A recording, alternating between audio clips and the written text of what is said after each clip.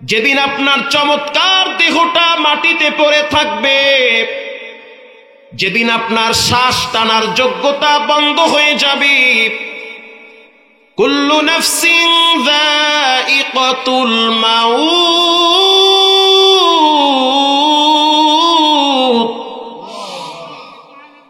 যেদিন মৃত্যু আপনার জীবনকে কেড়ে নিবে, যেদিন আপনার নিথর দেহটা মাটিতে পড়ে থাকবে, বিশ্বাস করেন যেদিন আপনার শরীরে পানি দিয়া শরীরটাকে পরিষ্কার করায়া সাদা 3টা কাপড় পেঁচায়া খাটিলায় শোয়ায় রাখবে, ইমাম সাহেব দাঁড়ায় বলবে সবাই দোয়া করবেন, 4 তাকবীরের সহিত জানাজা হবে, মাইয়েতকে কবরে রাখা হবে।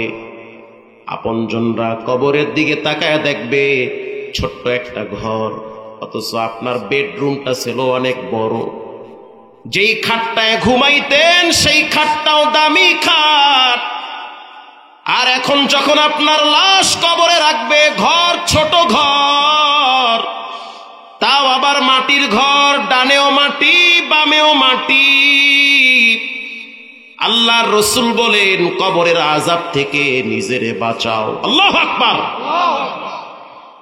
ওখানে কোনো বাবুগিরি চলবে না, ক্ষমতার প্রভাব চলবে না, কে কোন বংশের কে কার সন্তান পরিচয় চলবে না। পরিচয় একটা, লা ইলাহা ইল্লাল্লাহ মুহাম্মাদুর রাসূলুল্লাহ সাল্লাল্লাহু আলাইহি ওয়াসাল্লাম। আল্লাহর নবী একজন সাহাবীর জানাজায় গিয়া বসে বসে দাগ দিতেছে, হাদিসে আসছে, চেহারাটা মলিন হয়ে গেছে। আরেকজন সাহাবী বলল, হুজুর আপনার কি হয়েছে? বলে, শুনে নাও, কবরের আযাব থেকে আল্লাহর কাছে পানাহ চাও। কবর একটা ভয়ঙ্কর জায়গা। যে ব্যক্তি কবরে মাপ পেয়ে গেল, বাকি সব ঘাটিগুলায় তার বিচার হালকা হয়ে যাবে। আর যে ব্যক্তি কবরে ধরা খেয়ে গেল, বাকি সব ঘাটিতে তার জীবনকে আল্লাহ বিধ্বস্ত করে দিবে। আল্লাহু আকবার বলেন। প্রিয় ভাইয়েরা আমার, যেদিন আপনার লাশ কবরে রাখবে, ওই দিন আপনাকে মুনকার নাকিরা প্রশ্ন করবে। প্রথম প্রশ্ন হবে, মান রব্বুকা, কে তোমার রব, পরিচয় দাও। প্রথম প্রশ্ন হবে মান রব্বুকা। আর এই রবের প্র্যাকটিস হয় নামাজের মাধ্যমে।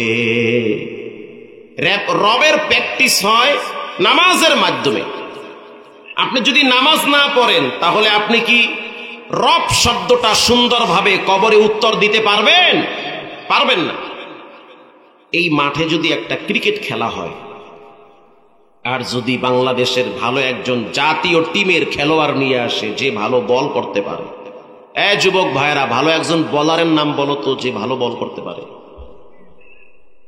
ধরেন তাসকিন। তাসকিনকে যদি বলা হয় যে বাবা তুমি বল করো, আর আমারে যদি কয় ভাই আপনি ফিরাইয়েন, আমি কি পারবো? সুবহানাল্লাহ, আতগুরান দেখলি তো আমি জোতা থুইয়া দৌড় মারব। কারণ এই স্পিরিট, আমার এই লোড সহ্য করার শক্তি নাই, আমার প্র্যাকটিস নাই, আমার চর্চা নাই। প্র্যাকটিস আর চর্চা যদি না থাকে আমি টিকতে পারবো না। আচ্ছা বলেন, যেই লোকটা কোনোদিন পান খায় নাই, হ্যারে যদি আপনি কাঁচা সুবারি দিয়া আর জর্দা এতগুলো দিয়া যদি কোন খাও, একটা খাওয়ায়া দেন, হ্যাঁ কি সুস্থ থাকতে পারবে? এ তো অজ্ঞান হয়ে যে কি আমি ঘুরি না মাটি ঘুরে আল্লাহই জানে। কথা ঠিক না? ঠিক। প্র্যাকটিস নাই। ঠিক তেমনি ভাবে যেই লোকটা শুদ্ধ করে কোরআন পারে না, যেই লোকটা আলিফ বা তা সা জিম হা খ শুদ্ধ করে পড়তে পারে না, তাকে যদি বলা হয় ভাই রমজানের ঘ্রাণ শুরু হয়ে গেছে, রমজান মাসে ভৈরব বাস স্ট্যান্ড মসজিদে আপনি খতম তারাবি লাগবে না, সূরা তারাবি পড়াইয়েন, পারবে? তবে হুজুর মাহফুজ চাই, দোয়াও চাই, এই কামে আমি নেই। যেই লোকটা কোনো মতে কোরআন শরীফ দেখে পড়তে পারে, তাকে যদি বলা হয় আগামী রমজান মাসে এই মহল্লার মসজিদে আপনি তারাবি পড়াবেন, পিছনে 15-20 জন মাওলানারা দাঁড়ায় থাকবে, হাফেজ সাহেব থাকবে, সে বলবে আই এম সরি, আমি পারুম না, দুঃখিত, কারণ আমার চর্চা নাই, প্র্যাকটিস নাই। ঠিক না ব্যাঠি? আমার চর্চা নাই, আমি পারবো না।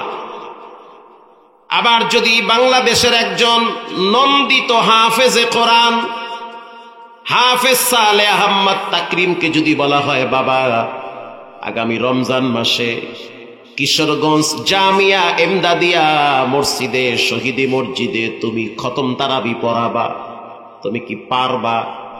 সে উত্তর দিবে, কিসের জামিয়া এমদাদিয়া? যদি আপনি আমারে বাইতুল্লাহ দাঁড় করায় দেন, ওখানেই দেখায় দিব আমি কেমন মানের হাফেজ। আল্লাহু আকবার। 53টা রাষ্ট্রকে পিছনে ফালাইয়া সারা পৃথিবীর ভিতরে কোরআন প্রতিযোগিতায় প্রথম স্থান দখল করছি। আর আপনি যদি আমাকে বলেন কিশোরগঞ্জে তারাবি পড়াইতে হবে, এটা তো হয় না। বাইতুল্লাহ দাঁড় করায় দেন, লক্ষ লক্ষ মুসল্লির পিছনে ফালাইয়া দেখা দিব আমার তেলাওয়াতের মান কত চমৎকার। আল্লাহু আকবার বলেন। তো সে পারবে, আপনি পারবেন না। কারণ হলো তার চর্চা আছে, প্র্যাকটিস আছে। আপনার চর্চা নাই, প্র্যাকটিস নাই। কথা ঠিক না বেঠি? আপনার চর্চা নাই, আপনি হঠাৎ পারবেন না।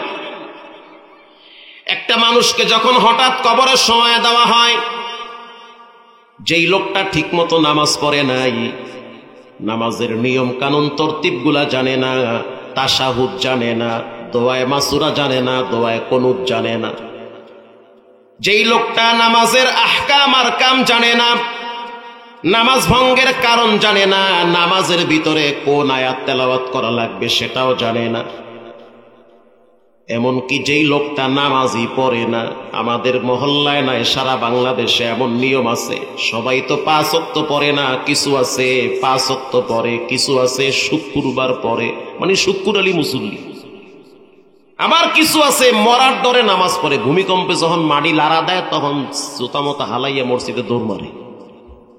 কথা ঠিক না ঠিক? আবার যখন হঠাৎ দেখে দেশের অবস্থা খুব খারাপ, তখন চিন্তা করে আল্লাহ তুমি ছাড়া কেউ নাই। হঠাৎ যখন একটা মানুষকে কবরের সময় দেওয়া হয়, প্রথম প্রশ্ন করা হবে মান রব্বুকা, বলো তোমার রবের নাম কি? প্রশ্ন জানতে চাই। প্রশ্ন হবে বাংলায় না আরবিতে? আরবিতে। উত্তর আসবে রব্বি আল্লাহ, আমার রব একজন, জবান খুলে বলেন তিনি হলেন কে? এটা উত্তর। এবার কবরের উত্তর দিতে গেলে প্রথমে আপনাকে নামাজে প্র্যাকটিস করা লাগবে। রব শব্দের সবচেয়ে বেশি প্র্যাকটিস হয় নামাজের মাধ্যমে।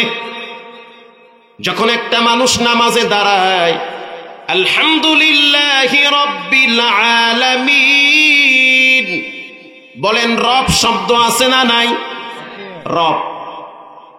এরপরে যখন সে সূরা শেষ করার পরে রুকুতে যায়, তখন পড়া হয় সুবহানা রাব্বিয়াল আযীম, বলেন রব আছে না নাই?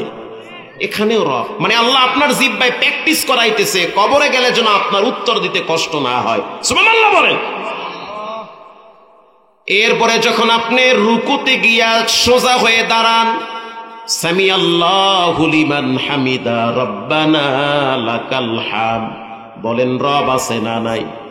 এখানেও রব।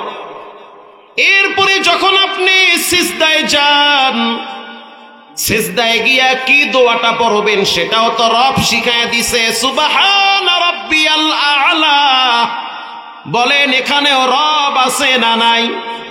সুবহানা রাব্বিয়াল আ'লা সর্বনিম্ন 3 বার পড়তে হবে। আল্লাহ পাক আপনার জবান থেকে রব শব্দটা বারবার বের করতেছে। নামাজ শেষ হওয়ার পর আপনার মনে চাইতেছে আমি রবের কাছে একটু দোয়া করি। জীবনে কত পাপ করলাম, গোপনে প্রকাশ্যে কেউ দেখে নাই, একজন দেখছেন, তিনি হলেন কে? এত অপরাধ করছি, আল্লাহর কাছে একটু মাফ চাই। আপনি কিভাবে আল্লাহর কাছে ক্ষমা চাবেন সেটাও রব্বুল আলামিন সিস্টেম শিখায় দিছে। রব্বানা যালামনা আনফুসানা ওয়া ইল্লাম তাগফির লানা ওয়া তারহামনা লানাকুনান্না মিনাল খাসিরিন। আপনি দোয়া কেমনে করবেন সেটাও রব্বুল আলামিন বাচন ভঙ্গি আগেই শিখায় দিছে। রব্বানা যালামনা, আয় আমার রব, আয় আমার আল্লাহ, আয় আমার মালিক, আমি আমার নফসের উপরে জুলুম করেছি। যদি আপনি আমাকে সঠিক পথ না দেখান তাহলে আমি ধ্বংস হয়ে যাব, অতএব আপনি আমারে ক্ষমা করে দেন। মানুষের ন্যাচারালি অভ্যাস, দোয়া করার সময় মানুষের মা বাবার কথা সবচেয়ে বেশি মনে পড়ে। যার মা নাই বাপ নাই, যখনই সে হাত তুলে প্রথম দেখবেন মৃত মায়ের চেহারা চোখের সামনে ভাসে। যার আব্বা নাই দোয়ার টাইমে দেখবেন তার ওই বাবার চেহারাটা চোখের সামনে ফুইটা উঠছে। তখন কলিজার থেকে দোয়া আসে। কি দোয়াটা করবেন সেটাও আল্লাহ শিখাইয়া দিছে। রব্বির হামহুমা কামা রব্বায়ানি সগীরা। আল্লাহু আকবার বলেন। এই যে নামাজেও রব রব বললেন, নামাজের পরে দোয়ার ভিতরেও রব রব বললেন, তাহলে যেই লোকটা প্রতিদিন নামাজ পড়ে আর না হইল কয়েকশো বার তার মুখ থেকে রব শব্দ বের হয়, এটা বলতে বলতে হঠাৎ যখন কবরে যাবে, ফেরেশতা যখন খোঁচা মারবে, মুখ থেকে অটোমেটিক বের হবে রব্বি আল্লাহ, আমার রব স্রষ্টা একজন। চিৎকার মেরে বলেন তিনি হলেন কে? যে যেটা জিহ্বায় লড়ায় ওটা নিজের অজান্তে ঘুমেও প্রকাশ পায়। আমি তো এমনও মানুষ দেখছি, এমনও মাদ্রাসার ছাত্র দেখছি যে ঘুমের ভিতরে আল্লাহর কোরআনের তেলাওয়াত করে। সুবহানাল্লাহ বললেন না? না, এটা কেমনে হয়? ওই যে প্র্যাকটিস করে, চর্চা করে, সারাদিন কোরআন শরীফ পড়ার চেষ্টা করে, ও ঘুমের ভিতরেও কোরআন শরীফ পড়ে। আবার এমনও আছে যে যেটা করে ওটা ঘুমে প্রকাশ পায়, বইলা ফেলায় ঘুমে। জামাই থাকে সৌদি আরব, 10 বছর পর দেশে আইছে, বউ জিগায় তুমি কি করো? আমি তো হেলিকপ্টার চালাই, আমি তো পাইলট। বউ চিন্তা করতে যে কেমন পাইলট, এত নিজের নাম লিখতে গেলে কলম ফাইটতে যায়, তো এই লোক আবার কেমনে পাইলট হইল? তারপরও জামাই কইছে কিছু পাওয়া যাইবে না। জামাই বউ দুইজনে ঘুমাইছে, ঘুমের ভিতরে জামাই ঘুমের ভিতরে চিল্লায় উঠছে, জোতায় পালিশ লাগবে, পালিশ। ও আল্লাহ, কয় কি? তার মানে জামাই সাহেব সে জোতায় পালিশ করে। প্রত্যেক কর্মকে আমরা বড় করে দেখি। পান বেচ্চা খান, এটাও কাজ। মুচিগিরি করেন, এটাও কাজ, হালাল পয়সা। ভ্যান চালান, অটো চালান, চুল কাটেন, এটাও ভালো কাজ, খারাপ না। বহিদ হইলি হইল। বাবার টাকা আছে বসে বসে খান, বাবার টাকা নাই কর্ম করে খাবেন। তারপরও আর একজনের টাকা জোর করে পকেটে নেওয়া যাবে না। কথা ঠিক না বেঠিক? কর্ম করে খান, বাদাম বিক্রি করেন, পান বিক্রি করেন, পরিশ্রম করে টাকা পয়সা ইনকাম করেন। আপনাকে অন্যজনের পিছনে ঘোরা লাগবে না। জাতি আপনাকে খুঁজবে আপনার অবস্থা আর পজিশন দেখে। আপনি কেন ঘুরবেন?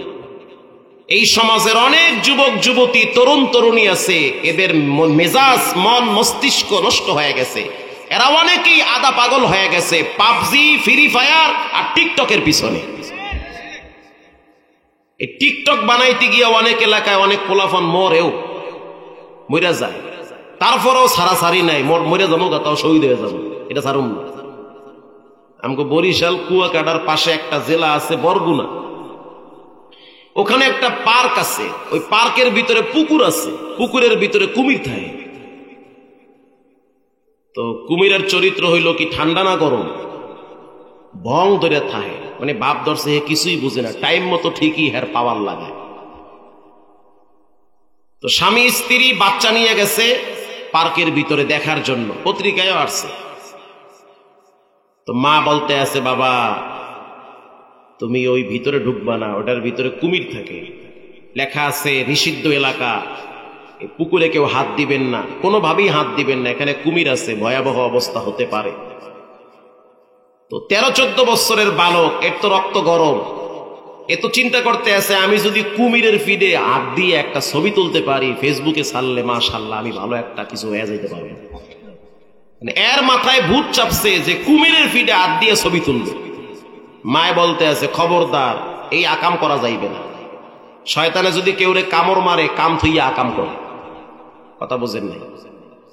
যার কাম নাই হে কি করে? হে আকাম করে, মানে এটা কামের মধ্যে না। এর মাথায় ভূত চাপছে, কুমিরের ফিটে হাত দিয়া ছবি তুলল। তো ঠিকই তাই করল, ঘাটলার পাশে গিয়া হাত দিয়া পানি লড়াইতে আছে। এই ৫-৭ মিনিট পর কুমির হের ফিটটা ভাসায় দিছে উপরে। যেই ভাসায় দিল, এখন সে ডাকতে আছে, আসো তোমার পিঠে একটা ছবি তুলি। আবেগ, কি যে আবেগ। তো কুমির ঠিক আস্তে আস্তে কিনারায় আসছে, কারণ কুমিরের নাকের ঘেরানের পাওয়ার অনেক বেশি, দূর থেকে টের পাই যে কে আইছে। তো বুঝতে পারছে যে খাওন আইছে, একেবারেই তার হাতের পাশে আসছে। এখন এই বালক, এই যুবক কুমিরের ফিটে হাত দিয়ে আস্তে করে লাড়তে আছে আর বলতে আছে, বাহ দোস্ত, তোমাকে তো দারুণ লাগতেছে। মায়ে তো চিল্লাইতে আছে, বাবা তোরে কিন্তু খাইয়ে লাইবে কুমিরে। আসলেই যে খাইয়ে লাইবে এটা তো বুঝতে হারে নাই। এদিক দিয়া এক হাত দিয়া কুমিরের ফিটে হাত দিছে, আর এক হাত দিয়ে মোবাইল ধরছে। এর মধ্যেই মাশাআল্লাহ কুমিরে চিন্তা করে, এত ভালোবাসা থুইয়া লাভ কি দূরে, কাছে আয়। ফট কইরা লেজ দিয়ে এমন বাড়ি মারছে, পেঁচাইয়া গেছে, মাজারে হিন্দা কাপ করে ধরছে। এত চিল্লাইতে আছে, মাম্মি ড্যাডি আমারে বাঁচাও। কেডা বাঁচাইবে? অদ্দারা যাইবে কেডা? এই সমাজের সবাই না, কিছু যুবক আছে বাবার হোটেলে খায় আর সারাদিন mobile, TikTok, PUBG, free fire নিয়ে ব্যস্ত থাকে। এদের কামই এইটা। রাত 2টা আর 3টা নাই, এদের কারণে মা বাবা অস্থির হয়ে যায়। কি মাইয়ে বলায় আল্লাহ দিল, সারাদিন এইটা নিয়ে ব্যস্ত। কুড়িগ্রাম বুরিঙ্গামারিতে ওয়াজে গেছি। তো ওসি সাহেব বলতেছে, হুজুর আপনি এই বিষয়গুলো নিয়ে একটু ওয়াজ কইরেন, কারণ আমগো এলাকায় অনেক পোলাপানগো পদস্খলন করেছে। সাফের নিয়ে টিকটক বানায়, সাফের লেজে হাত দিয়া ঘুরাইতে আছে। আর একজন রে কয়, তুই ভিডিও কর, এটা ফেসবুকে ছাড়মু, সবাই দেখবে যে আমি সাপের লাগে দোস্ত বানাইছি আর ঘুরাইতে আছি। মানুষে চিন্তা করবে হিরো হয়ে গেছে। যার কাম নাই হে করে আকাম। শয়তানে যদি কেউ রে কামড় দেয়, হে নামাজ বাদ দিয়ে চার দোকানে বইয়া বিড়ি টানে। কথা কর না কা? শয়তানে কামড় দিছে। নামাজ এত ভালো জিনিস, পড়বেন, মনটাও ভালো লাগবে, ইমানটাও সুন্দর থাকবে, মানসিক অনেক দুশ্চিন্তা দূর হবে। এইটা ভাল লাগে না, চার দোকানে বইয়া টিভির সামনে বিড়ি আর চা নিয়ে, এইটাই মজা লাগে। এরে শয়তানে কামড় দিছে। সাপের লেজ ধরে যখন ঘুরানো শুরু করছে, আর একজনে যখন ভিডিও করতে আছে, তো সাপ তো ঘুরতে ঘুরতে ঘুরতে ঘুরতে আধা পাগল হয়ে গেছে। সাপ চিন্তা করে, আমি কি দেশে আছি না ইন্ডিয়ায় আছি, একই, এত ঘুরাই কামা। একটু পরে দেখলো সাপ মোটামুটি আধা পাগল হয়ে গেছে, মাথা লড়াইতে পারে না। তো মনে করছে মইরা গেছে গা।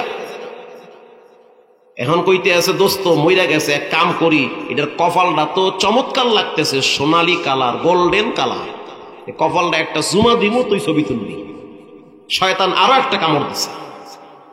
এইবার এই সাপের কল্লা এরকম হাত দিয়া, আমার ওসি সাহেব বলতেছে, একটা কাগজের মাথা দিয়া এরকম দিয়া বলছে, হুজুর এই যে সাপ, ওরে কেমনে শয়তানে কামড় দিছে, ওরে মোবাইলের গজব। ও করছে কি, এই জায়গায় হাত দিছে, এই জায়গায় হাত দিয়ে কপালে দেবে সুমা। পরে কয়, তুই ভিডিও কর, এটা ছাড়মু ফেসবুকে, সবাই দেখে কইবে হিরো হয়ে গেছে গা। এই জায়গায় যখন সুমা দিবার কাছে, সাপ তো আর মরে নাই, সাপ তো ভং ধরছে। সাপ কি মরছে? সাপ সহজে মরে? পরে মাইরা চ্যাপটা বানাইলো তো কয় যে না, কিছুই হয় না। ঠিক না ভাই? ঠিক। তো যুবক তো মনে করছে মইরা গেছে, তো মরে নাই। যেই চুমা দিবার কাছে সাপ চিন্তা করতে আছে, তুই চুমা দিবি কি, তোরে আগে আমি দিই। ফস করে মারিয়া দিয়েছে কপালে, এমন জোরে মারছে, আরে কপাল, মুহূর্তের ভিতরে চেহারা কালা হয়ে গেছে। আরে হুন্ডার পিছনে বসাইয়া কোনো মতে হসপিটালে আনছে। আমার পরে ডাক্তার একদিন রাখার পরে বলতে আছে শেষ, আরো আগেই গায়েব হয়ে গেছে। রংপুরে আপনারা দেখছেন, রেল লাইনের সামনে দাঁড়াইয়া ফেসবুকে ভিডিও করতে আছে, ট্রেন আইসা মারিয়া দিচ্ছে। এই তো গজব। হ্যালো হ্যালো কইতে কইতে রাস্তা পাড়ি দেয়, উস নাই, ডাইনে কেডা যায়, বামে কেডা যায়, কিছুদিন পরে দেখি ট্রাকের চাকার নিচে পড়ে। কথা ঠিক না বে? ঠিক। এই হলো অবস্থা। টিকটক, পাবজি, ফ্রি ফায়ারের বরকত। আল্লাহ তাআলা এ সমস্ত যুবক ভাইদেরকেও দ্বীনের সহি বুঝ দান করুক, বলেন আমিন। কোরআনুল কারীমের ভিতরে 114 সূরা আছে। প্রত্যেকটা সূরার নাম আছে, বিষয়বস্তু আছে, প্রত্যেকটা সূরার আলাদা আলাদা ফজিলত রয়েছে। আল্লাহর রাসূল বলেন, কিয়ামতের ময়দানে কোরআন মানুষের পক্ষে সুপারিশ করার জন্য দাঁড়িয়ে যাবে। শুধু তাই নয়, একটা মৃত ব্যক্তিকে যখন কবরে রাখা হয় তখন কোরআন তার বন্ধু হিসেবে মাথার পাশে দাঁড়িয়ে যায়। শুধু তাই না, কিয়ামতের ময়দানে কোরআন মানুষের পক্ষে বিপক্ষে আল্লাহর আদালতে মামলা দায়ের করবে। কোরআন বলবে রব্বুল আলামিন হক আদায় করে নাই, চেষ্টাও করে নাই, ত্রুটি করছে আল্লাহ। পেপার পড়ার সময় পাইছে, সারাদিন মোবাইল টিপার সময় পাইছে, 10টা মিনিট কোরআন তেলাওয়াত করবে, চর্চা করবে, বুঝার চেষ্টা করবে, সেই সময় তার হাতে নাই। কিয়ামতের ময়দানে কোরআন মানুষের পক্ষে বিপক্ষে রবের আদালতে দাঁড়িয়ে যাবে। আল্লাহর রাসূল বলেন, কোরআনের অভিশাপ থেকে নিজেরে বাঁচাও। একজন মানুষের জীবনে সবচেয়ে বড় সফলতা হলো কোরআনকে নিজের জীবনে ধারণ করা। যেই মা বাবার সন্তান একজন কোরআনের হাফেজ, বিশ্বাস করেন দোয়া করার জন্য দূরের মানুষ লাগবে না, ঘরের সন্তানই যথেষ্ট। কারণ সে জানে কোন সিস্টেমে দোয়া করলে বাবার আমলনামায় চলে যাবে। যার একটা সন্তান আলেম হয়েছে, দোয়ার জন্য দূর থেকে মলবি আনতে হবে না, তার একটা সন্তানই তার জন্য দোয়া করার জন্য যথেষ্ট হয়ে যাবে। কোরআনের ভিতরে একটি সূরা আছে, সূরার নাম সূরা তাহা। এই সূরাটার দিকে যদি আপনি তাকান, দেখবেন লেখা আছে তাহা মা আনজালনা আলাইকাল কুরআনা লিতাশকা। সূরার নাম সূরা তাহা। হযরত ওমর রাদিয়াল্লাহু তাআলা আনহু নবীর মাথা আনার জন্য যখন রওনা হয়েছে, তরবারিকে উন্মুক্ত করে রওনা হয়েছে, রাসূলুল্লাহর মাথা আনতে যাবে। আল্লাহর নবীর সাহাবী সাদ বিন আবি ওয়াক্কাস বলে, ওমর তুমি কোথায় যাও? বলে, মুহাম্মদের মাথা আনতে যাই, 100 লাল উট পাবো। সাদ বিন আবি ওয়াক্কাস বলে, সাবধান, মুহাম্মদের মাথা আনতে কেমনে যাবা? আগে তোমার নিজের বোনের ঘর সামাল দাও। তোমার বোন তো মুহাম্মদের কালেমা পড়ে ঈমান এনেছে, নিজের ঘর সামাল দাও, তারপরে মুহাম্মদের কাছে পরে যাও। হযরত ওমর চলে গেল নিজের বোনের ঘরে। যখনই দরওয়াজায় নক করছে, ঘরের ভিতরে ভগ্নিপতি আর বোন দুইজনে ছিল। বোন জানলার ফাঁক দিয়া তাকায় দেখলো আমার ভাই হযরত ওমর, সে তো আসছে। তার মেজাজ তো অনেক গরম থাকে। আসাদ্দুহুম ফি আমরিল্লাহি উমর। হযরত ওমর দ্বীনের ব্যাপারে, শরীয়তের ব্যাপারে শক্ত দিলের মানুষ। তখনও তিনি মুসলমান হয় নাই, কালেমা পড়ে নাই। দরওয়াজায় যখন নক দিছে, বোন বলতে আছে, স্বামী আমার, তুমি তাড়াতাড়ি আত্মগোপন করো, যদি আমার ভাই তোমারে দেখে হয়তো তোমাকেও কতল করতে পারে। আমার ভাইয়ের মেজাজ বড় গরম মেজাজ। ভগ্নিপতি পালায় গেল।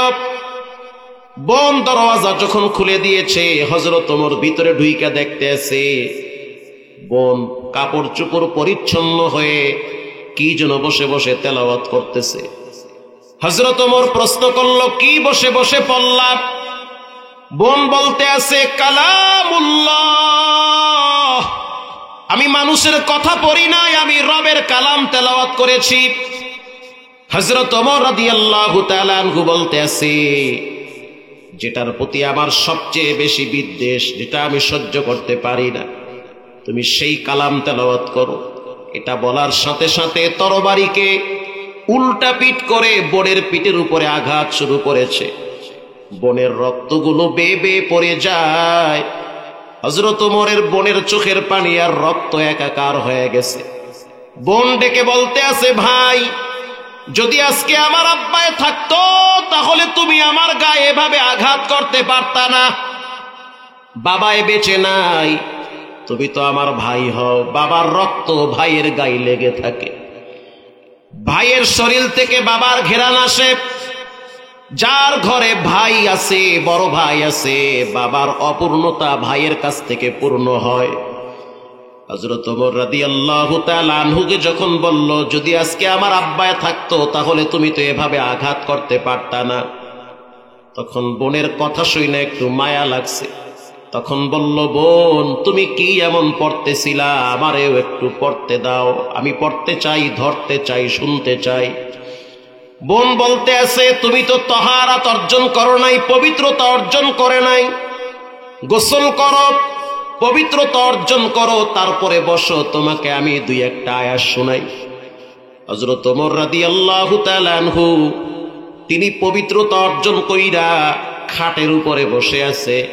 এবার তার বোন সূরা তাহা থেকে তেলাওয়াত করলো, তাহা মা আনজালনা আলাইকাল কুরআনা লিতাশকা ইল্লা তাযকিরাতাল লিমান ইয়াখশা তানজিলাম মিম্মান খালাকাল আরদা ওয়াস সামাওয়াতিল উলা। হযরত ওমর রাদিয়াল্লাহু তাআলা আনহু বলল, এই আয়াতগুলা, কথাগুলা দুনিয়ার কোন মানুষের হতে পারে না, নিঃসন্দেহে এটা রবের কালাম, এটা আল্লাহর কথা, আমারে আরো একটু তেলাওয়াত করে শোনাও শোনাও। বোন এবার সূরা মুলুক তেলাওয়াত করলো, তাবারাকাল্লাযী বিয়াদিহিল মুলক ওয়া হুয়া আলা কুল্লি শাইইন কাদির।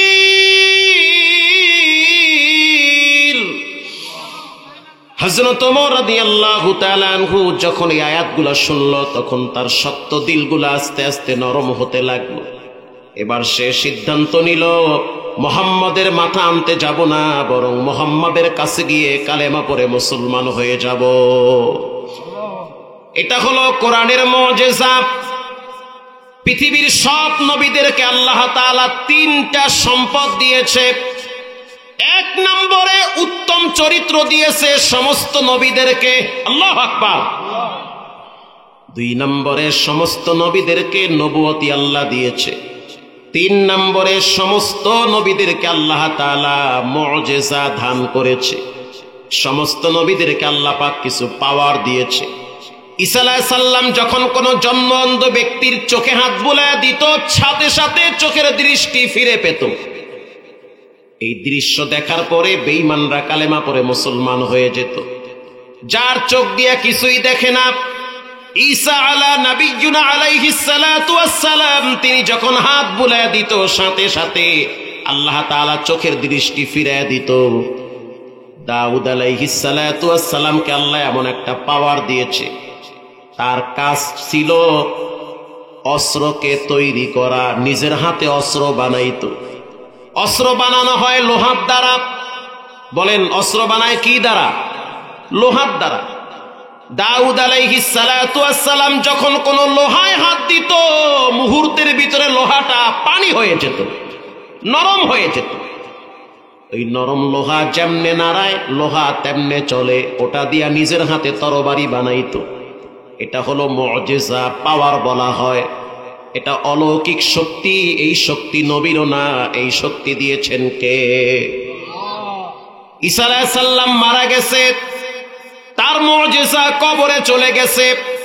এখন আর কারো শক্তি নাই। কারো অন্ধ চোখে হাত বুলায় দিলে চোখের দৃষ্টি পাবে। মুসা আলাইহিস সালামকে রব্বুল আলামিন একটা পাওয়ার দিয়েছে। তার হাতে একটা লাঠি ছিল। আল্লাহ বলেন, হে মুসা, এই লাঠি দিয়া তুমি করো কি? মুসা আলাইহিস সালাম বলে, রব্বুল আলামিন, লাঠি আমার অনেক কাজে ব্যবহার হয়। কখনো কখনো গাছের পাতা পারি, আবার কখনো কখনো লাঠিতে ভর দেই, আবার কখনো কখনো লাঠি দিয়া বন জঙ্গলে যাই। কেউ ডিস্টার্ব করলে লাঠি দিয়ে আমি সাইজ করি। আল্লাহ বলেন, মুসা, একটা কাজ করো, লাঠিটাকে মাটির উপরে ছেড়ে দাও। যখন ফেরাউনের জাদুকরেরা বিভিন্ন রকমের প্রাণী বানাইয়া মুসা আলাইহিস সালামকে ভয় দেখাইতেছে, জাদুকরেরা যখন বাঘ বানাইছে, ভাল্লুক বানাইছে, ভয়ঙ্কর প্রাণী বানাইছি, মুসা আলাইহিস সালাম ভয় পেয়ে গেছে। قال خذها ولا تخف سنعيدها سيرتها الأولى। আল্লাহ রাব্বুল আলামিন বলেন, মুসা ভয় পাইও না। আল্লাহু আকবার বলেন। ভয় পাওয়ার কোনো কারণ নাই। তোমার হাতের লাঠিটাকে মাটিতে ছেড়ে দাও। যখন হাতের লাঠি মাটিতে ছেড়ে দেয় সাথে সাথে ওটা অজগর সাপে রূপান্তরিত হয়। মুসা আলাইহিস সালাম ভয় পেয়ে গেছে। আল্লাহ বলেন, মুসা ভয় পাওয়ার কারণ নাই, আমি সমস্ত নবীদেরকে সঠিক পথে মানুষদেরকে দাওয়াত দেওয়ার জন্য পাঠাইছি, তবে একা ছেড়ে দেই নাই, আমি রব তাদের সাথে থাকি। তুমি এই সাপের লেজে হাত দাও, দেখবা লাঠি হয়ে যাবে। লেজে হাত দিছে, আবার লাঠি হয়ে গেছে। মুসা আলাইহিস সালাম কবরে গেছে, তার এই পাওয়ার কবরে গেছে। দাউদ নবী কবরে গেছে, তার শক্তি কবরে গেছে। ইউনুস নবী কবরে গেছে, তার মুজিজা কবরে গেছে। নবীদের যেই পরিমাণ আল্লাহ পাওয়ার দিয়েছে কবরে গেছে, তো তাদের শক্তি কবরে চলে গেছে। আল্লাহ তাআলা আপনার আমার প্রিয় নবীকে মুজিজা স্বরূপ দান করেছে 30 পারা কোরআন। সুবহানাল্লাহ, জোরে বলেন। আল্লাহর নবী আজ দুনিয়াতে নাই, জানতে চাই কোরআন পৃথিবীতে আছে না নাই? এটা কিভাবে সম্ভব? 3 পৃষ্ঠার কবিতা একটা বাচ্চা মুখস্থ করতে পারে না। তাওরাতের হাফেজ নাই, জবুরের হাফেজ নাই, ইনজিলের হাফেজ নাই, মহাভারতের কোনো হাফেজ নাই, জিন্দাবস্তার কোনো হাফেজ নাই, রামায়ণের কোনো হাফেজ নাই, গীতার কোনো হাফেজ নাই। একটা বাংলা বই যদি 30 পৃষ্ঠার হয়, একজন মুখস্থওয়ালা হাফেজ পাবেন না। অথচ রব্বুল আলামিন 30 পারা কোরআন 9 বছর বাচ্চার কলিজার ভিতরে 1.5 মাসে ঢুকায়া দেয়। আরো জোরে সুবহানাল্লাহ।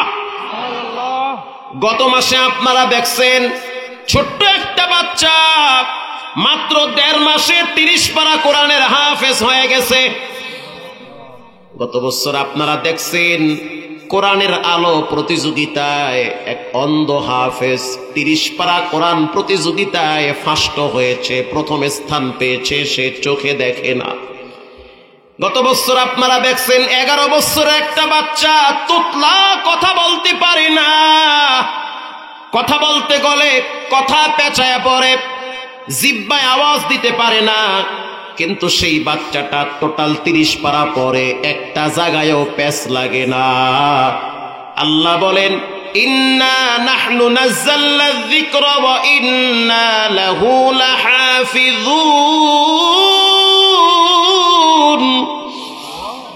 এই কোরআন আমি নাজিল করেছি, কোরআন হিফাজতের দায়িত্ব একজন নিয়েছেন, তিনি হলেন কে?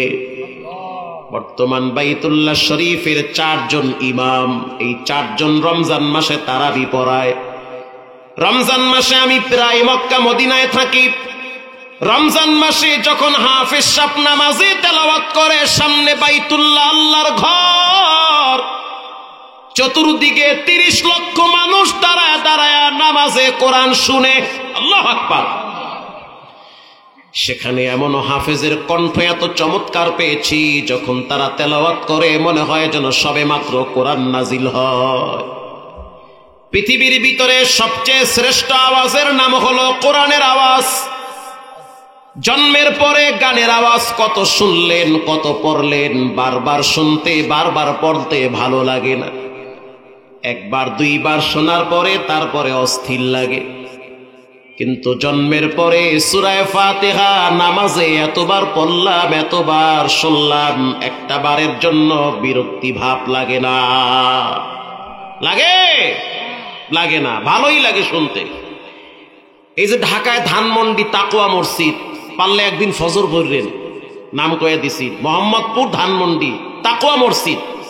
ফজরের টাইমে প্রায় দিন আমরা ওখানে সালাতুল ফজর আদায় করি, যখন ঢাকায় ঢুকতে বেশি রাত হয়ে যায়।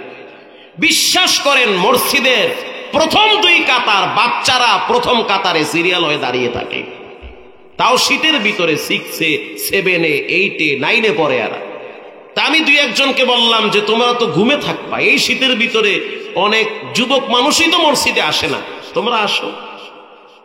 তারা জবাব দেয়, হুজুর নামাজে যতক্ষণ দাঁড়ায় থাকি ততক্ষণ মনে হয় দিলের ভিতরে রহমত নাজিল হয়।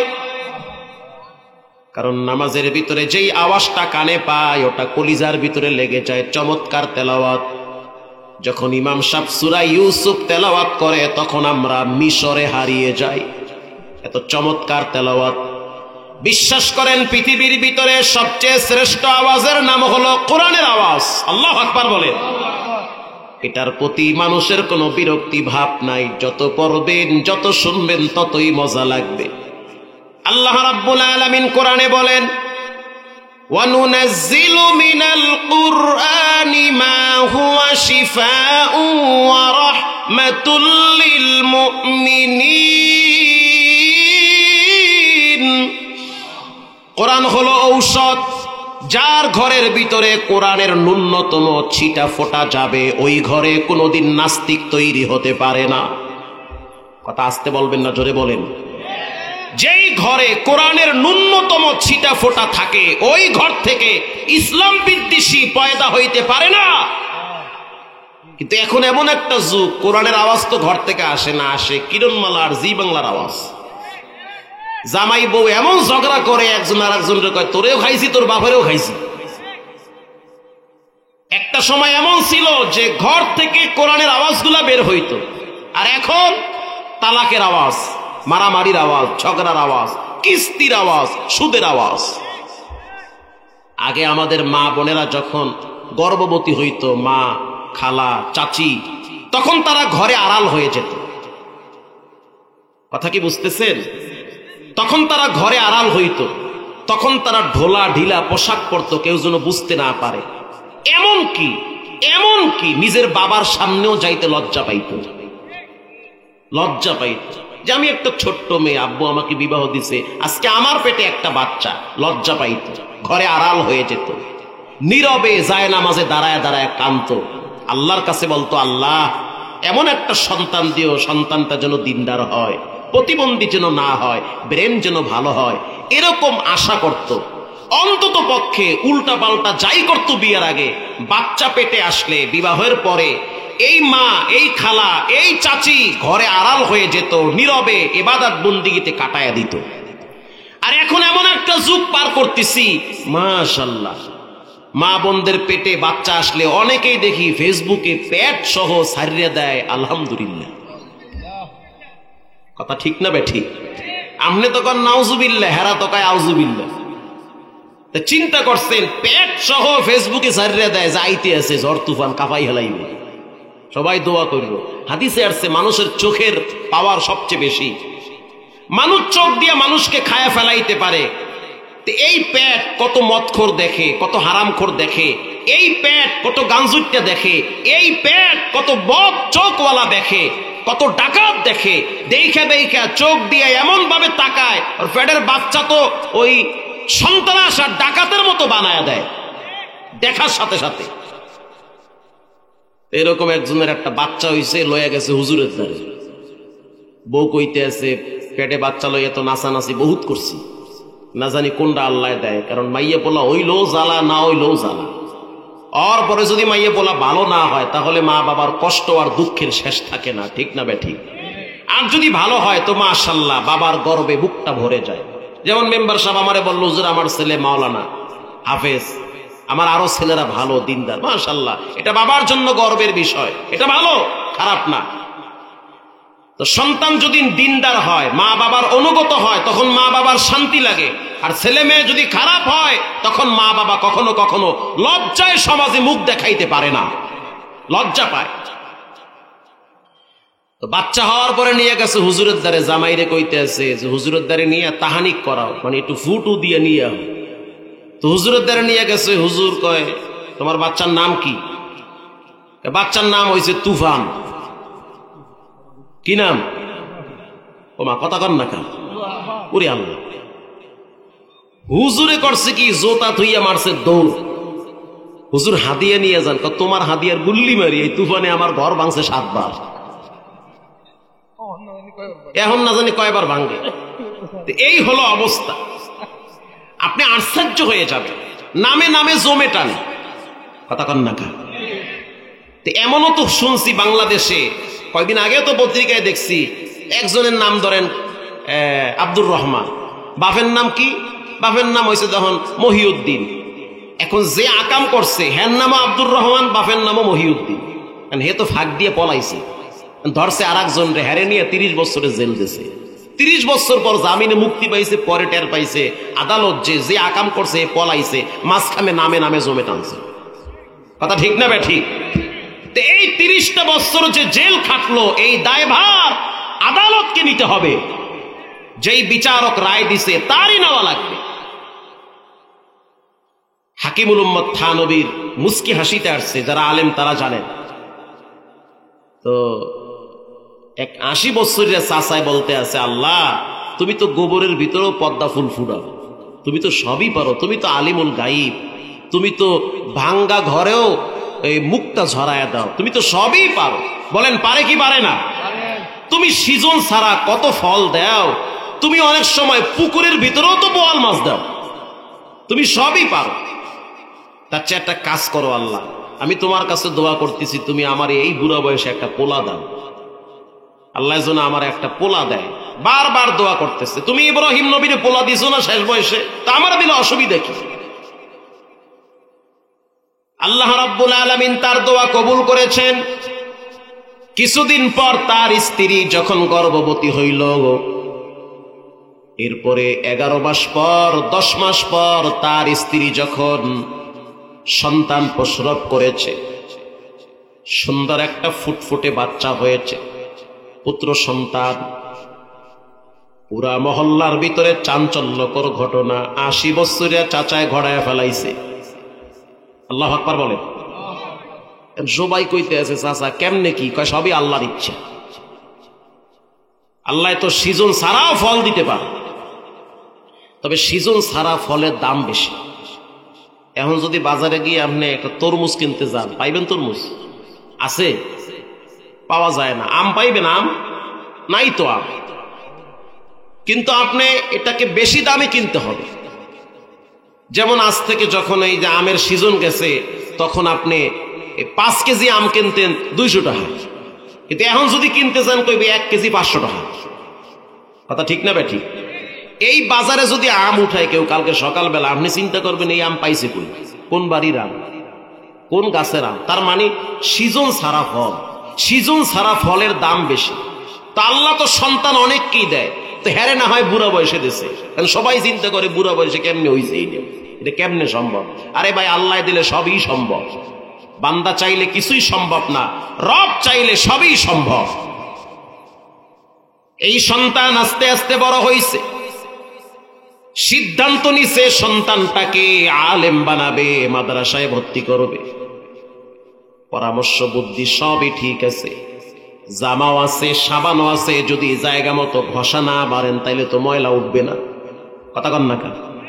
সাবানও পাইছেন, জামাও পাইছেন, যদি ঘষেন হাতের উপরে ময়লা উঠবে জামা? মাদ্রাসায় নেওয়ার পরে বলে, উস্তাদ সন্তানটারে ভর্তি করেন। উস্তাদ বলে, কি নাম? বলে, হুজুর এমন একটা নাম রাখছি যেই নাম পুরা মহল্লায় নাই, কারণ ছেলে তো হইছে সিজন ছাড়া, আনকমন নাম রাখছি। কি আনকমন নাম? নাম রাখছি আর পাইস না। আর পাইস না, ও আর পাইস না, এই নাম। হুজুরে কইতে আছে, চাচা আমি কি কম হতে আছি কানে? আপনি আর একবার কম, কার পাইস না। ওহ, এই নাম তো বেশি জুইতেন না। এই নাম কোরআনেও নাই, হাদিসেও নাই। এই নাম রাখলে কিন্তু সমস্যা আছে। আপনি মুরব্বী মানুষ, বুঝবেন না, নাম পাল্টান। তুমি মানুষের বাড়ি খাও, বোঝো কোন ছাতা। কিছু তেরা মার্কা মানুষ আছে না নাই? যা বুঝবে হেঁটেই বুঝবে। আচ্ছা ঠিক আছে, লেখকে লাইছি আর পাইস না। হঠাৎ কিছুদিন পরে আর পাইস না হারায় গেছে। বলেন চাচার মেজাজ ঠান্ডা না গরম? গরম হয়ে গেছে। এবার দুপুরের টাইমে চাচায় চলে গেছে নদীর কিনারায়, আর চিৎকার মেরে আর পাস না। এক বেচারায় জাল নিয়ে নদীতে মাছ ধরতে নামছে, ঠাডা ভাঙ্গা রৌদ, 3 ঘন্টা জাল মারে, একটা মাছও হয় না। এদিকে ম্যাডামে ঘরে মরিচ বাড়তে আছে, তাড়াতাড়ি আইও মাছ নিয়ে আবা, এরপরে রানবো। কিন্তু মাছই তো পায় না, জাল মারে এই জায়গায়, মাছ ওই পারে গিয়ে কয় আমরা এই জায়গায় ধরতে পারবো না। এরকম চালাক মাছ আছে না নাই? এর মধ্যে হঠাৎ পিছনে একজনে কয় আর পাস না। জালওয়ালা তুমি গরম হয়ে গেছে, কই কি এটা কইলোটা কি? এর লইকি বুঝি আমারে অভিশাপে ধরছে। এই জাল টাল ফালাইয়া লইছে একটা বাঁশের লাঠি, এইটা নিয়ে বিসমিল্লাহ ছাড়া পিটান শুরু করছে। দুপুরের টাইমে হুজুরে খাওয়ার জন্য ওই নদীর পার দিয়ে যাইতে আছে। হুজুরকে এই এত মারে, মুরব্বী বয়স্ক মানুষ, কেমনে গায়ে হাত দিন? হুজুর আপনি আল্লাহ মানুষ, এই কামে নাক গলাইয়েন না। 3 ঘন্টা জাল মারি, একটা মাছও পাই না, কি ক্ষতি তার করছি? হ্যাঁ, সে কেন বললো আমি যেন আর না পাই? সে বলতে আছে আর পাস না, আমি তার কি করছি? হুজুরে কয় মগা, এ বেটার ফোলার নাম হয়েছে আর পাস না। এটা করলামটা কি? এই জন্য রসুল বলেছেন কিয়ামতের ময়দানে বাবার নাম সহ ছেলেকে আল্লাহ ডাক দিবে। সুবহানাল্লাহ বলেন। নাম যদি হনে কিরণ, আকাশ, বাতাস, ঝড় তুফান, নাট বল্টু, তো উপায়টা কি? কথা ঠিক না ঠিক? তো উপায়টা কি? আল্লাহ ডাক দে বল্টু, ফেরেশতারা চিন্তা করবে হোয়াট ইজ দিস, এটা আবার কি? এজন্য ভালো নাম রাখতে হবে। আল্লাহু আকবার বলেন। চমৎকার নাম রাখবে। এই প্রসঙ্গে একটি ঘটনা মনে পড়ে গেল। বিশ্ববিখ্যাত একজন মুহাদ্দিস, যার নাম হলো আব্দুল্লাহ বিন মুবারক, যার নাম শুনে নাই এমন কোন আলেম নাই, যাকে দূর থেকে চিনে না এমন কোন মুহাদ্দিস পৃথিবীতে নাই, যিনি একজন তাবী ছিলেন। আব্দুল্লাহ বিন মুবারক হজ করার জন্য মক্কায় গেলেন। হজের কাজ সম্পূর্ণ করার পর এবার তিনি হাতিমে কাবার পাশে দাঁড়িয়ে আছে। ডাইনে তাকায় দেখলো এরকম একটা চাদর গায়ে দিয়া একজন ব্যক্তি শুয়ে আছে ওয়ালের উপরে। আব্দুল্লাহ বিন মুবারক কাছে গেল, যাওয়ার পর একটা সালাম দিল, আসসালামু আলাইকুম ওয়া রাহমাতুল্লাহ। সালাম দেওয়ার সাথে সাথে চাদরের ভিতর থেকে উত্তর আসলো, সালামুন কাওলাম মির রাব্বির রহিম। আল্লাহু আকবার বলেন। আব্দুল্লাহ বিন মুবারক চিন্তা করলো, আমি সালাম দিছি পুরুষ মানুষের, এ তো দেখি একটা মহিলা মানুষ, তাও আবার বুড়ি। আব্দুল্লাহ বিন মুবারক প্রশ্ন করলো, বুড়িমা, সবাই তো হজ করার পরে যার যার মতো বাড়ি চলে গেছে, কেন আপনি এখানে শুয়ে আছেন? কি সমস্যা বলেন? কোনো প্রবলেম আছে নাকি? কোনো ঝামেলায় আপনি জড়াইছেন নাকি? মহিলা বলতে আছে, মাইয়ুদলিলিল্লাহু ফাহুয়াল মুহতাদ ওয়া মাইয়ুদলিল ফালান তাজিদ লাহু ওয়ালিয়্যাম মুরশিদা। আমি রাস্তা হারায় ফেলাইছি, হজ করতে আসার পরে আমি আমার রাস্তা হারাইছি, আমার সফর সঙ্গী যারা ছিল সবাই চলে গেছে আমারে ছাইরা। হয়তো তারা আমারে খুঁজা পায় নাই, না হয় আমি তাদেরকে খুঁজা পাই নাই। আব্দুল্লাহ বিন মুবারক আফসোস করে বলল, বুড়ি মা শুনে নেন, আপনার মতো একজন মা আমার ঘরে আছে। আল্লাহু আকবার বলেন। আপনি একজন বুড়ি মানুষ, বৃদ্ধা মানুষ, আপনার মতো একজন নারীর পেট থেকে আমি দুনিয়ায় আসছি। আপনি আমার মায়ের মতন, কোন ধরনের অসম্মানী আপনার হবে না। আব্দুল্লাহ বিন মুবারক প্রশ্ন করলো, বুড়িমা এখানে কয়দিন শুয়ে আছে? মহিলা বলতে আছে, সালাসা লায়ালিন সাওয়িয়া, 3টা রাত অতিবাহিত হয়ে গেছে, আমি 3 দিন এখানে পড়ে আছি, 3 দিনের ভিতরে আমি বাড়িতে যেতে পারি নাই। আব্দুল্লাহ বিন মুবারক চিন্তায় পড়ে গেল, আমি প্রশ্ন করি আমার ভাষায়, আর এই মহিলা উত্তর দেয় কোরআনের ভাষায়। আমি প্রশ্ন করি আমার ভাষায়, আর একজন বৃদ্ধা মহিলা উত্তর দেয় কোরআনের ভাষায়। জীবনে অনেক মহিলা দেখছি, এরকম কোন নারী আমার জীবনে দেখি নাই, তাও আবার বৃদ্ধা নারী, বুড়ি মানুষ, শুকায়া কাঠ হয়ে গেছে। আব্দুল্লাহ বিন মুবারক সন্ধ্যা পর্যন্ত করো, খাবার কোনো অপশন নাই, কারণ আমি তো রোজা রেখেছি।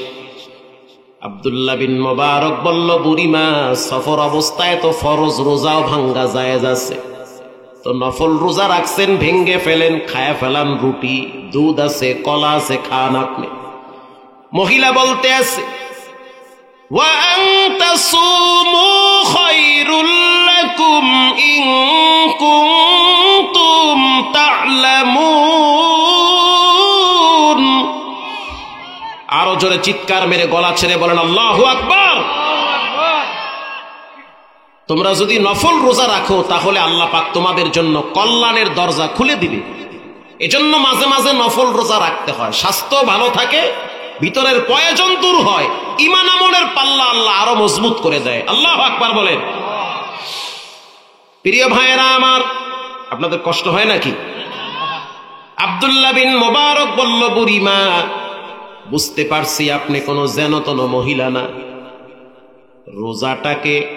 রোজাটাকে সন্ধ্যা পর্যন্ত করবেন, ভাঙবেন না, আবার রাখছেন নফল রোজা, তাও ভাঙবেন না। এবার জানতে চাই আপনার বাড়িটা কোথায়? মহিলা বলতে আছে, সুবহানাল্লাযী আসরা বিআবদিহি লাইলাম মিনাল মাসজিদিল হারাম ইলাল মাসজিদিল আকসাল্লাযী বারাকনা হাওলাহু লিনুরিয়াহু মিন আয়াতিনা ইন্নাহু হুয়াস সামিউল বাসীর। আমার বাড়ি হলো বাইতুল মুকাদ্দাসে। আল্লাহু আকবার। আমার বাড়ি হলো ইউসুফ নবীর দেশে, আমার বাড়ি হলো ইয়াকুব নবীর দেশে, আমার বাড়ি হলো ইব্রাহিম নবীর বাবার দেশে, আমার বাড়ি হলো জাকারিয়া নবীর দেশে। আমি নবীর দেশের মানুষ, রাস্তা হারায় ফেলাইছি, পথিক মানুষ, বাইতুল্লাহ চত্বরে শুয়ে আছি। আব্দুল্লাহ বিন মোবারক বলল, বুড়িমা আমি তো আশ্চর্য হয়ে যাচ্ছি, আমি কথা বলি আমার ভাষায়, আপনি কথা বলেন কোরআনের ভাষায়। আল্লাহর কোরআনটারে কেমনে আপনার সিনার ভিতরে এমনে জমা করলেন? কোরআনটারে নিজের ভিতরে কেমনে এত চমৎকার ভাবে আয়ত্ত করলেন? রাসূল বলেন, যে চেষ্টা করে সে পায়। দুনিয়ার লাইনে এত চেষ্টা করলেন, আখিরাতের লাইনে বাবা কি চেষ্টাইটা করলেন? আব্দুল্লাহ বিন মোবারক প্রশ্ন করল, বুড়িমা আমি যদি আপনাকে আমার উটের পিঠে বসায়া আপনার বাড়ি বাইতুল মুকাদ্দাসে পৌঁছায়া দেই, আপনি কি যেতে রাজি আছেন? মহিলা বলতে আছে, ওয়া ইন তাফআলু মিন খাইরি ইয়ালামুহুল্লাহ, যদি তোমরা কারো উপকার করো তাহলে তোমাদের রব তোমাদের উপকার করবে। কেউ যদি উপকার করে কোন মুমিন মুসলমানের, আমি যদি তোমার উপকার করি, তুমি যদি আমার উপকার করো, আমি বিপদে পড়ছি, আমার কেউ নাই, তুমি একটু সহযোগিতার জন্য হাতটা বাড়ায় দিলাম। আল্লাহর রাসূল বলেন, এমন একটা জায়গায় তোমার সাহায্য লাগবে যখন রবের সাহায্য ছাড়া কারো সহযোগিতা পাবা না। তুমি যদি পর উপকার হও, মানুষের একটু উপকার করো, বিপদে ফেলাবার চিন্তা করবা না, কথার দ্বারা হোক, কাজের দ্বারা হোক, পরামর্শের দ্বারা হোক, একটু হেল্প করো, তাহলে রব্বুল আলামিন তোমাকে এমন জায়গায় বাঁচাবে যেই জায়গায় তোমার বিপদে পড়ার কথা। সুবহানাল্লাহ বলেন। তার মানে আমি রাজি আছি, তুমি আমারে নিয়ে যাও। এবার আব্দুল্লাহ বিন মোবারক বলল, বুড়িমা উটের পিঠে উঠেন। যখন বুড়ি মানুষ উটের পিঠে পা বাড়াইল, যখন পাটা সামনে বাড়াইল, মুহাদ্দিস সাহেব বুড়ি মহিলার পায়ের দিকে তাকায় আছে। পায়ের দিকে কেন তাকাইল? এর কারণ হলো বুড়ি মানুষ উঠতে গিয়া না জানি স্লিপ কাইটা পইরা যায়, না জানি বিপদে পড়ে, এজন্য উটের পিঠে উঠতে গিয়া তার পায়ের দিকে তাকায় রইছে।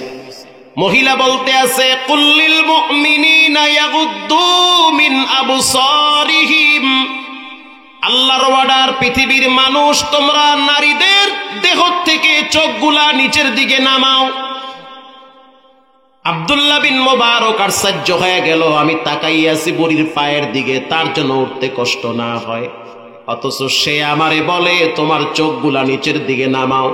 তার মানে আগের যুগের বুড়ি মহিলাদের ভিতরে আত্মমর্যাদা, গায়রাত ছিল, আত্মমর্যাদা ছিল। কেন সে আমার পায়ের দিকে তাকাবে? চোখ ঘুরাও, আমি তোমার উটের পিঠে উঠবো। এবার উটের পিঠে উঠলো, লাগাম ধরে বাইতুল মুকাদ্দাস নিয়ে গেল। বাইতুল মুকাদ্দাস নেওয়ার পর আব্দুল্লাহ বিন মোবারক বুড়ি মহিলাকে প্রশ্ন করল, বুড়িমা জানতে চাই আপনার কি সন্তান আছে নাকি, আপনার কি ছেলে মেয়ে দুনিয়াতে আছে নাকি? বুড়ি বলতেছে, আল মালু ওয়াল বানুনা যিনাতুল হায়াতিদ দুনিয়া ওয়াল বাকিয়াতুস সালিহাত। সন্তান সম্পদ এগুলা চোখের সৌন্দর্য, সম্পদ আর সন্তান এগুলো চোখের সৌন্দর্য, দিলের প্রশান্তি। সন্তান যদি নামাজিওয়ালা হয় তখন বাবার চোখ শীতল হয়, দিলে প্রশান্তি আসে। সন্তান যদি আল্লাহরে ডাকে, নবীর প্রেমে হাবুডুবু খায়, তখন বাপ শান্তি পায়। সম্পদ যদি আল্লাহর রাস্তায় ব্যয় হয় তখন ওই ব্যক্তির দিলে প্রশান্তি আসে, ভালো একটা কাজে আমার টাকা ব্যয় হয়েছে, অতএব আল্লাহ আমাকে সন্তান দান করছে। আব্দুল্লাহ বিন মুবারক বলতে আছে, বুড়িমা সন্তানের নাম কি? নাম কি? এই তো নামের কাহিনীতে আইছে। এবার বুড়ি মহিলা বলতে আছে, ইয়া ইয়াহইয়া খুযিল কিতাবা বিকুওয়া। আল্লাহু আকবার বলেন। ইয়া ইয়াহইয়া খুযিল কিতাবা বিকুওয়া। আমার বড় সন্তানের নাম হলো ইয়াহইয়া। ইয়াহইয়া একজন নবীর নাম, নবীর নামের সাথে মিলায়া বড় ছেলের নাম রাখছি। দ্বিতীয় সন্তানের নাম হলো ওয়াত্তাখাযাল্লাহু ইব্রাহিমা খলিলা। 2 নম্বর সন্তানের নাম হলো ইব্রাহিম খলিল। ওয়া কাল্লামাল্লাহু মূসা তাকলিমা। 3 নম্বর সন্তানের নাম হলো মূসা। 4 নম্বর সন্তানের নাম হলো ইদনাদা জাকারিয়া রব্বা। 4 নম্বর সন্তানের নাম হলো জাকারিয়া। প্রথম সন্তানের নাম ইয়াহইয়া, দ্বিতীয় সন্তানের নাম ইব্রাহিম, তৃতীয় সন্তানের নাম মূসা, চতুর্থ সন্তানের নাম হলো জাকারিয়া। এই 4টা ছেলের নাম আমি কোরআনের সাথে মিলায়া রাখছি, নবীদের নামের সাথে মিলায়া রাখছি।